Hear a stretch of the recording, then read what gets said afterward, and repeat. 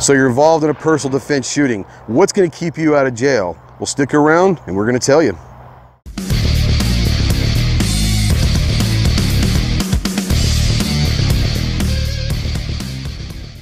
What's going on, Ghost Squad? Trey here with Ghost Tactical at my home range at Cleveland County Shooting Club here in beautiful Heber Springs, Arkansas. We're here in a nice, beautiful Saturday day of November in Arkansas, which is kind of odd because it's been very, very cold and very, very wet, but it's nice. It's 50 degrees and sunny, so we're gonna talk something that doesn't get talked about a whole lot. A lot of us here in the gun community, especially that do videos, we talk a lot about personal defense shooting, whether it's training, getting to the range, being more proficient, concealed carry, all of that stuff. And we always talk about how to be more proficient with your firearm. But here's the thing, guys. There is a part of it that we don't ever talk about. It's the part that keeps you out of jail. And this is the most important part of a personal defense shoot that people need to understand and practice. And basically what we're talking about now, guys, is this. When you're in a personal defense shoot, whether it's in the house or out in public, no matter what, one thing's gonna happen. At the end of the day, you will be handcuffed and detained for questioning. I'm not saying you're getting arrested, but you're gonna be detained for questioning. Anytime that someone shoots a gun, there is gonna be questions. That's just the nature of the beast. So in order to keep yourself out of jail, you might wanna start following some of these few rules. Understand, guys, and I've said this before in many, many shows and videos, one too many shots is too many. And what that means, guys, is if you're in a personal defense shoot, your idea with your handgun is to eliminate that threat. And most people that are involved in law and law enforcement will tell you the threat is over when the person is on the ground and is no longer going to try to hurt anybody.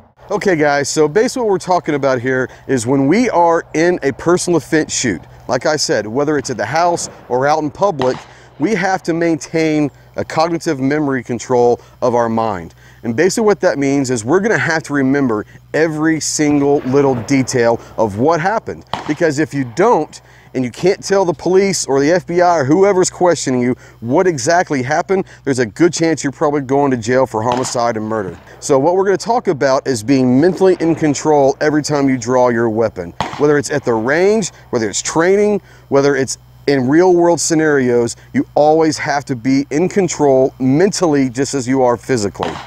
So scenario one, I'm going to use some footage from when I was doing some work at Milo Range, the NRA show back in May.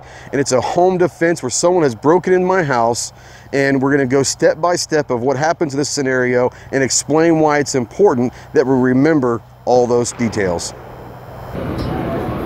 You have my house, you have my house! Stop! Stop! One more step.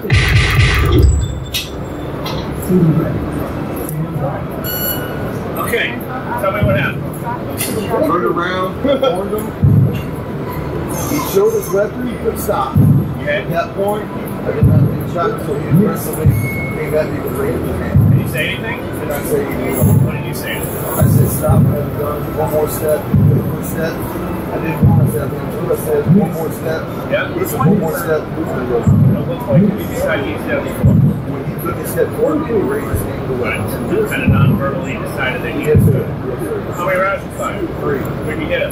Probably his right chest. Okay, let's take a look. So you did indeed fire 3 rounds as he is clearly aggressively moving towards you.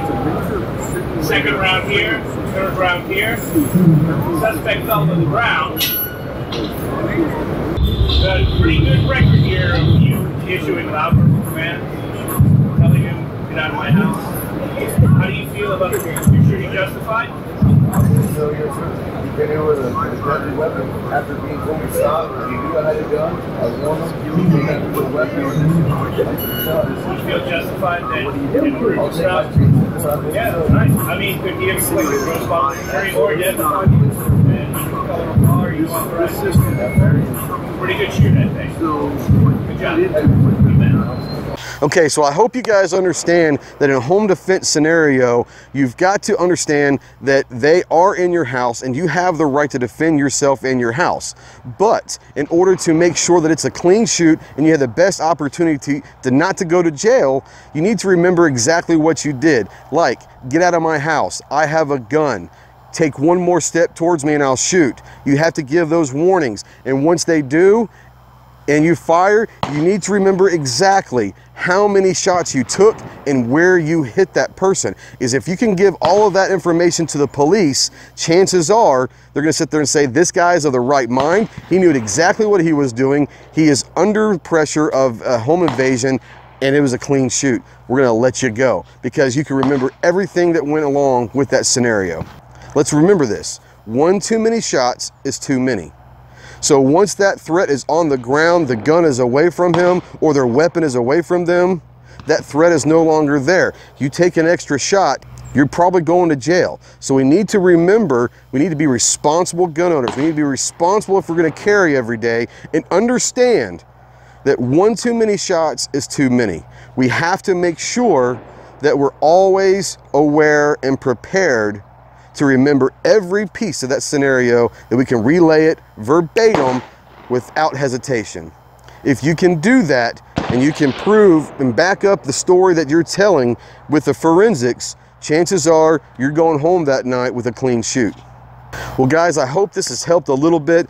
It's something we don't ever talk about, and it's something that needs to be talked about more. We need to discuss the mental side and the responsibility of concealed carry or open carry. If we're going to choose to carry a gun on a daily basis for personal protection and to protect the civilian world out there from crime, then we need to make sure we're not just proficient with shooting, but we're proficient with thinking.